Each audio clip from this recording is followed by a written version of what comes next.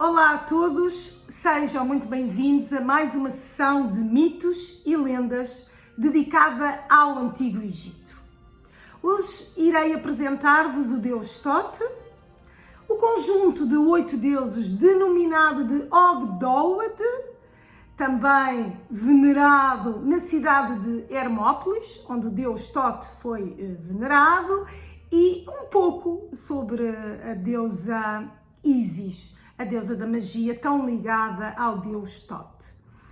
Este deus foi venerado em Hermópolis. A cidade, a polis Hermópolis, tem este nome porque deriva de Hermes, e nós sabemos que os antigos gregos iam beber o seu conhecimento ao Antigo Egito e houve um sincretismo entre o deus Thoth e o deus Hermes. Daí este nome associado à polis. Este conjunto de 8 deuses que vos falei, que é denominado de Ogdoad, é um conjunto de 4 deuses masculinos e 4 femininos. Os 4 masculinos eram representados com cabeças de rã e os 4 femininos eram representados com cabeças de serpentes, por vezes também de babuínos, mas maioritariamente com cabeças de serpentes. As 4 deusas femininas formaram assim 4 casais. Portanto, o princípio masculino e feminino representados, e esses casais são, primeiro, Nune e Nauet, que representam as águas primordiais, aquelas águas fecundas, o oceano primordial com a possibilidade de vida dentro de si. Depois temos o segundo casal, U e Auet, que representa o espaço-tempo, o espaço infinito. O terceiro casal, Keku e Keket, representa as trevas, a escuridão. E por fim, o quarto casal, Amon e Amonet, representa as forças ocultas da natureza. E nós vemos como estes princípios estão todos ligados, as águas primordiais, as trevas, as forças ocultas num espaço infinito. Portanto, este mito da criação liga estes 4 casais. Ogdoad era um conjunto de 8 deuses primordiais. E foi nas águas primordiais, nestas águas fecundas, que surgiu uma ilha, a Ilha do Fogo, ou a chamada Ilha das Chamas. E nessa Ilha do Fogo foi colocado um ovo, foi posto um ovo, não se sabe se por um pássaro ibis, ou um ganso, ou um falcão, colocado um ovo, e desse ovo nasceu, criou-se o mundo, manifestou-se o mundo. E, portanto, este é o mito da criação que era venerado em Hermópolis, juntamente com o deus Thoth. O deus Thoth é o deus do conhecimento das ciências, do conhecimento de um modo geral, mas do conhecimento das ciências, das artes e da escrita. Portanto, a linguagem por ele criada tem o nome egípcio de Medu Netru, e a linguagem é aquilo que os arqueólogos chamam de hieroglifos. Essa linguagem é muito especial, como nós sabemos, porque é uma linguagem simbólica e o símbolo transporta vida.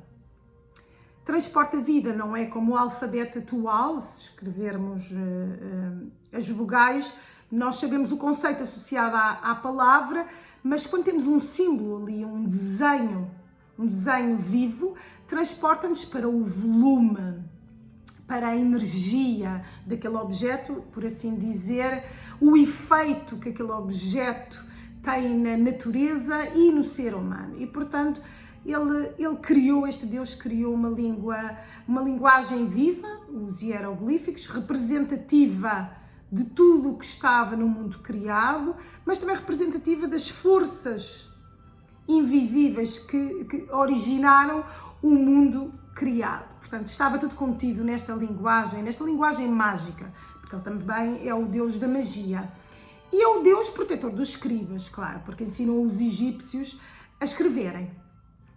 Este Deus da escrita também é o Deus, como nós vimos na cena do julgamento, nas sessões anteriores, no livro dos mortos, quando a alma, o coração do defunto era pesado no prato da balança, a balança da Anubis, não é?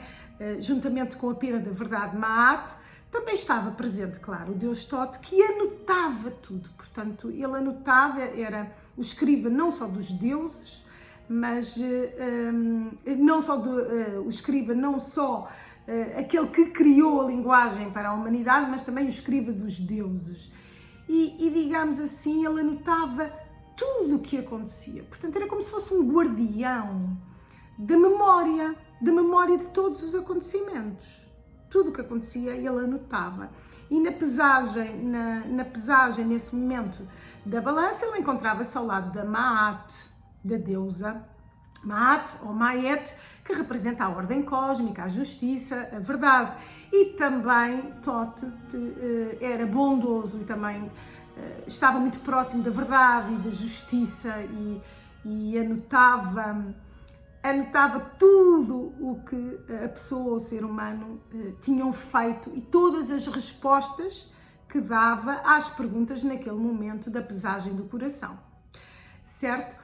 O deus Thoth, crê-se que Maet foi sua esposa e deu origem à deusa que se chama Sekhat.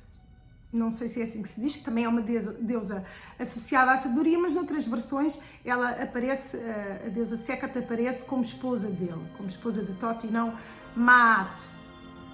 Também era um deus lunar. Aqui nesta imagem que eu vos mostro, aqui está com o bico de Ibis e nós já vamos falar mais sobre esta representação do pássaro Ibis, mas apareceria também com um disco na cabeça, mas não era um disco solar, era um disco lunar. Antes de vos falar do disco lunar, apresento-vos este livro, o Livro dos Mortos do Antigo Egito, do Dr. Ramses Selem, egípcio, muito interessante, que nos fala dos deuses sempre como princípios celestes, de leis, como a gravidade, a luz, portanto, princípios científicos. E então, como estava a dizer, o deus Thoth é um deus que é representado não só com a cabeça do pássaro Ibis, mas também com um disco lunar. E ele era guardião da lua. Guardião da lua porquê? Porque também o deus Set, mais uma vez, o deus que representa o mal e os limites e os territórios e a densidade, este deus por vezes também atacava a lua. E então Thoth, como deus da magia, muito associado também aos ciclos lunares e aos solares também, mas geralmente muito associado aos ciclos lunares, vai proteger a lua de Set, dos ataques de Set, e aqui aparece como um deus associado ao tempo, porque os egípcios funcionavam com os ciclos lunares por causa das cheias do rio Nilo. E então percebe-se que a calendarização do tempo surge com estes ciclos lunares associados ao deus Thoth. E a importância do rio era tamanha, e eu destaquei aqui um texto interessante para vos ler, desta obra que eu trago-vos sempre, de um papiro, que se chama precisamente A Cheia do Nilo. E vou então passar a ler-vos este texto. Adorar o Nilo. Salve ao Nilo, que sai da terra e vem vivificar o Egito de natureza misteriosa, tenebroso em pleno dia. A sua saída canta-o, ele que faz viver as planícies criadas por Ré para fazer viver todo o gado. Ele que sacia o deserto quando a água distante aparece. É o orvalho que cai do céu, o bem-amado de Geb, que traz o grão e faz prosperar o artesanato de Ptah. Senhor dos peixes, que faz subir o rio para as aves migratórias, sem que uma só ave apareça fora da estação. Criador da cevada, produtor do trigo, que põe os templos em festa. Se ele tarda, então o nariz fica obstruído. todos os homens ficam na miséria. Restringem-se as oferendas aos deuses e os homens perecem aos milhões. Rouba-se até às fronteiras do país. Grandes e humildes erram em todos os sentidos. Mas os homens unem-se à sua aproximação, desde que Cnum o modelou. Quando ele se ergue, o país fica em exaltação. Então cada geração vive na alegria. Todas as bocas se riem, todos os dentes ficam à mostra. Temos aqui a importância de quando o rio subia e havia abundância. E portanto vemos aqui o deus Tote também ligado ao ciclo lunar, à calendarização do tempo e, claro, ao Nilo, ao rio Nilo, que trazia a abundância ao país. Como vos disse, este Deus protetor dos escribas, Deus do conhecimento, da astronomia, das artes, Deus lunar, Deus também do julgamento e dos mortos, associado ali à cena que já vos falei, redigia leis e também é o Deus da magia. O Deus da magia. E esta parte é muito importante porque quando aparece aqui a cabeça, a sua representação com o pássaro, com cabeça de pássaro íbis, nós vemos também que o bico do pássaro era inclinado também, fazendo lembrar uma das fases da lua, mas este pássaro que está associado ao pelicano, era um pássaro que curava as próprias feridas. E isto é muito interessante porque aqui a magia aparece associada a um grande símbolo da alquimia que é o pelicano, e ibis, o pássaro ibis é da família dos pelicanos, e também este princípio de cura, a magia associada sempre não só à faculdade da ressurreição, do prolongamento da vida e da origem da vida, de se originar a vida, mas também a cura das feridas. E isto faz-nos sempre lembrar um símbolo que está muito associado, porque como vos disse, há um sincretismo entre o deus Tote e Hermes, e faz-nos lembrar um símbolo hermético muito conhecido, que está associado à cura e à medicina que eu trago aqui, que é o caduceu. Portanto, este é o símbolo associado. E há muito para dizer deste símbolo associado de cura, mas ficará para uma outra sessão, porque só este símbolo merece uma sessão dedicada a ele. Possivelmente quando estivermos nos gregos, está bem? E esta magia do deus Tote foi partilhada com a deusa Ísis. Mas era algo que os egípcios davam especial relevo. Aliás, eles diziam que o nome de um deus, de uma pessoa, estava imbuído de magia. Era quase a propriedade mais mágica de um deus ou de alguém, era o seu nome. E nós vemos isso nos hinos. Tanto que, por exemplo, os defuntos, o mais importante para quem morria era que sobrevivesse o nome. Portanto, o nome tinha um poder mágico, funcionava como uma vida por si só. E nós vemos que quanto mais um Deus tivesse nomes, mais importante, mais poderoso ele era. E eu destaquei aqui um texto, também das pirâmides, um papiro,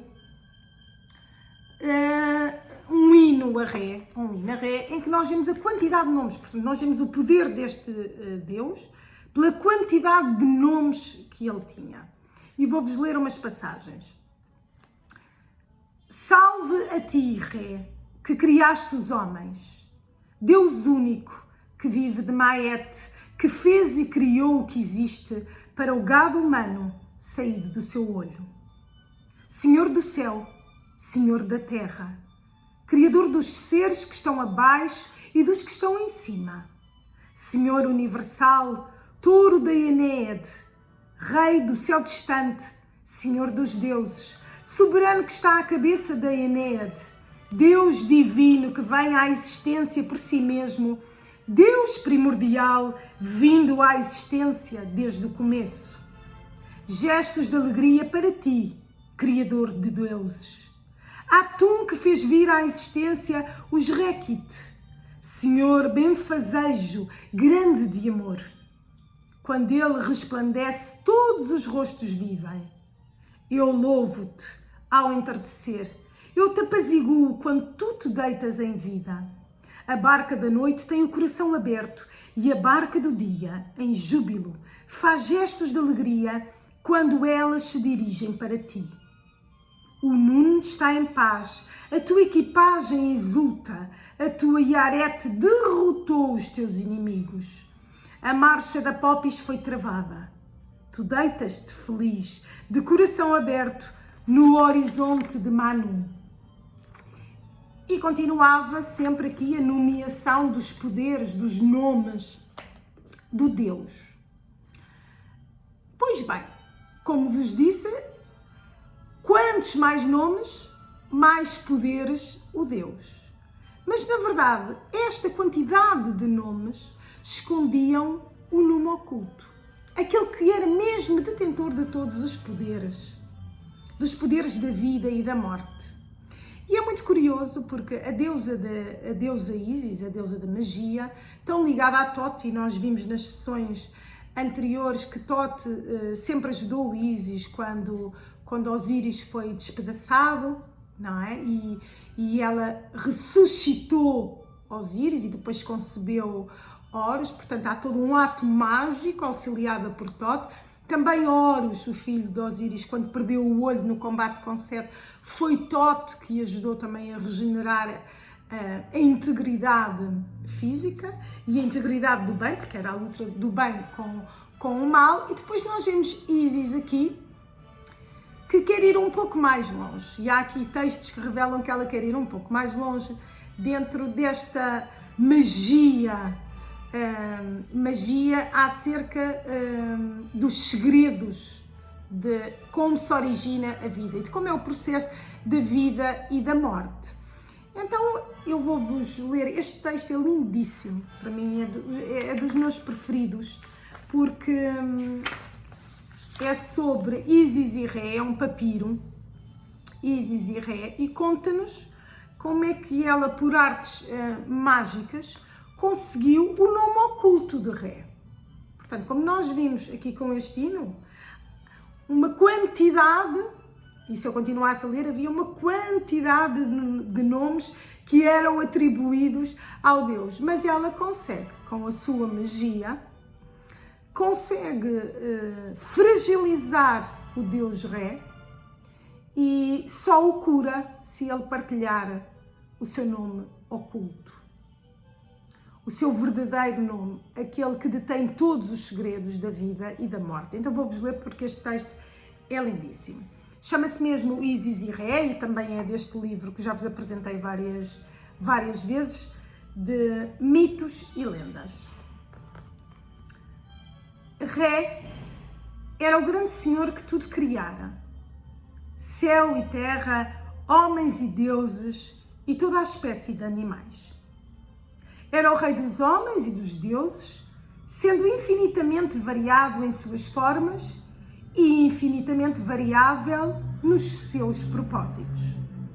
Era dotado de muitos nomes, sendo alguns deles tão secretos que até mesmo os deuses os desconheciam. E, portanto, aqui está. Conhecer o nome era conhecer as propriedades criadoras. É o que isto nos diz. Ísis, porém, sentiu grande inveja da omnipotência de Ré. Tinha assumido a forma de uma mulher e tornara-se extremamente persuasiva e muito hábil no uso das palavras. Infelizmente, criara antipatia pela humanidade e voltara inteiramente o seu interesse para os milhões de deuses e para as miríades de formas divinas nos céus. Começou então a pensar em como seria possível usurpar o poder de Ré e assim tornar-se senhora do céu e da terra no lugar dele. No seu desejo ilimitado de conseguir os seus fins, pensam em muitos meios pelos quais poderia derrotar o grande Deus do céu, mas uma vitória material não seria suficiente. Tinha ainda de conseguir uma ascendência moral, debaixo da qual Ré nada pudesse fazer. Depois de muito pensar, ocorreu-lhe que uma maneira que poderia ter êxito seria descobrir o nome secreto de Ré. Saber o nome secreto seria conseguir o domínio sobre o seu poder. Todos os dias, Ré chegava para atravessar os céus na sua barca divina, seguido por uma numerosa companhia de divindades e seres divinos menores, e se estabelecia nos 2 tronos dos horizontes. Nessa época, porém, ele já estava muito velho e o seu comportamento era um pouco senil, tanto assim que ele costumava babar-se. Certa vez, ao passar, deixou cair saliva no chão.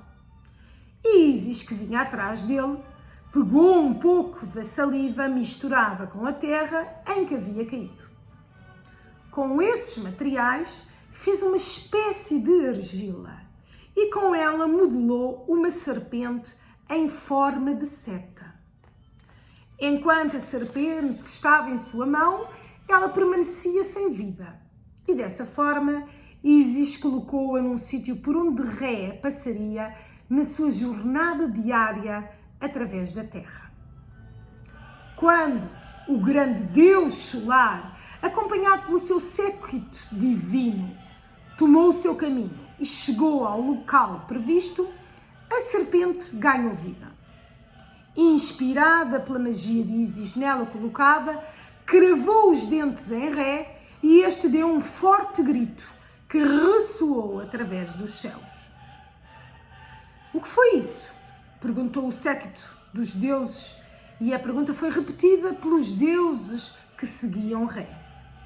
Mas o grande Deus não podia responder, porque uma extraordinária fraqueza descera sobre ele. Os dentes batiam, as pernas e os braços tremiam, enquanto o veneno da serpente lhe tomava posse do corpo, como a cheia do Nilo toma posse da terra do Egito. Deixou-se cair ao chão, aterrorizado, convulsionado pelos espasmos de dor que lhe sacudiam o corpo. Era um espetáculo aflitivo e ele não parecia mais o grande Deus, Senhor de toda a criação. Durante algum tempo, Ré ficou inteiramente indefeso, sem poder fazer alguma coisa para indicar o que estava a acontecer. Mas de entre em pouco conseguiu concentrar energia bastante para gritar para aqueles que o cercavam: vinde para perto de mim, todos vós que fostes criados dos meus membros, todos os que nascestes de mim, e eu direi o que me aconteceu. Quando todos estavam reunidos e voltavam para ele a sua atenção, Ré continuou: fui ferido por alguma coisa bem mortífera. Sei no meu coração que é essa a verdade, embora os meus olhos não tivessem visto o que foi e minha mão nada tivesse alcançado. Tenho a certeza de que nenhum de vós teria feito essa coisa horrível comigo, mas posso dizer que nunca senti uma dor como a que estou sentindo. Não é possível haver uma dor maior. No seu estado de choque, começou a lembrar aos deuses quem era exatamente ele, repetindo as suas origens divinas e a sua linhagem. Declarou também que seu pai lhe havia dado um nome e que ele era um deus de muitos nomes. Meu pai e minha mãe pronunciaram o meu nome e este foi escondido no meu corpo, para que ninguém jamais pudesse lançar sobre mim um sortilégio. Saí do meu santuário como sempre faço e comecei a fazer a minha jornada através da terra que criei. De repente, alguém ou alguma coisa me atacou e eu não posso imaginar o que foi. O coração queima-me e o corpo treme. Por favor, convoquem até aqui meus filhos, em especial os deuses que entendem de magia, sabem falar inteligentemente e têm um conhecimento capaz de penetrar até aos céus. A sua mensagem foi transmitida e os deuses, filhos de Ré, começaram a reunir-se. Chegaram de todos os cantos do universo, num estado de grande incerteza, já que poucos sabiam exatamente o que havia acontecido. Estava ele realmente no leito de morte? Os filhos de Ré apareceram preparados para chorar o pai, mas entre eles estava Ísis. E ela chegou equipada com a sua magia e com a boca pronta a ministrar o sopro da vida. A cruz em que vos falei era de onde os deuses sopravam para insuflar a vida. Continuando. Com seus encantamentos e fórmulas, ela poderia afastar todos os males e fazer reviver os mortos. Disse então a Ré: o que é que está a suceder, meu pai? Alguma serpente te injetou veneno? Alguma das criaturas que criaste levantou a cabeça contra ti? Não há dúvida de que isso pode ser destruído com o tipo certo de encantamento útil. Se tu quiseres, posso acabar com isso. Em resposta, Ré explicou como tinha saído para ver as terras que criara e como fora mordido por alguma coisa que não tinha visto. O efeito é estranho, continuou ele. Não parece fogo nem água, mas eu estou mais frio que a água e mais quente que o fogo. O suor corre pelo meu corpo e, apesar disso, tremo. Os meus olhos estão vidrados e não posso ver o céu. Tenho o rosto banhado de suor como se fosse o auge do verão. Portanto, os princípios, os opostos estavam polarizados dentro dele. Não havia equilíbrio entre as duas forças. Era o que ele sentia. Diz-me o teu nome, disse Ísis, o tal nome. Sou o Criador do céu e da terra, respondeu Ré. Juntei as montanhas e criei as águas, sou o grande procriador. Fiz o céu e estabeleci os horizontes do nascente e do poente, nos quais coloquei gloriosamente os deuses. Quando os meus olhos estão abertos, há luz. E quando se fecham, há trevas. Quando dou ordem, a cheia do Nilo sobe. O meu nome, os deuses não o sabem. Inventei o tempo e estabeleci os festivais do ano.